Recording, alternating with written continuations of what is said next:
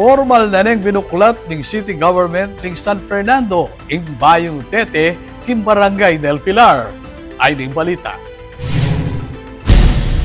Pensinayane ng City Government ng Siyudad San Fernando ing Bayong Talakada Sitio Matahimik Bridge ketiking Barangay del Pilar inyang September 24 bilang solusyon bang mabawas ing matinding trapiko kareng manimunang dalan king siyudad. At inyang kabang 20.8 metro ing tete yang manugtong king Sitio Matahimik papuntang Unisite Subdivision makanyan mo rin king Barangay San Jose, Barangay San Felipe at kareng kasiping nga balen ning Mexico. Agpang kang Mayor Vilma Caluag, kapag nasaning proyekto ing magsilbi ang alternatibong ruta bang mabawas ing mabaya ta trapiko king Jose Abad Santos Avenue at MacArthur Highway.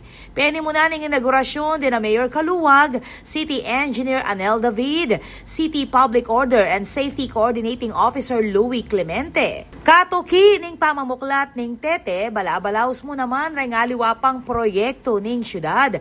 Kabilang na ing Central Storage Facility, binuklat inyang September 23 ating makasadyang groundbreaking ning CSFP People's Hospital ngening September 25. Ako po, Patricia Mamangon para king News Force Pampanga.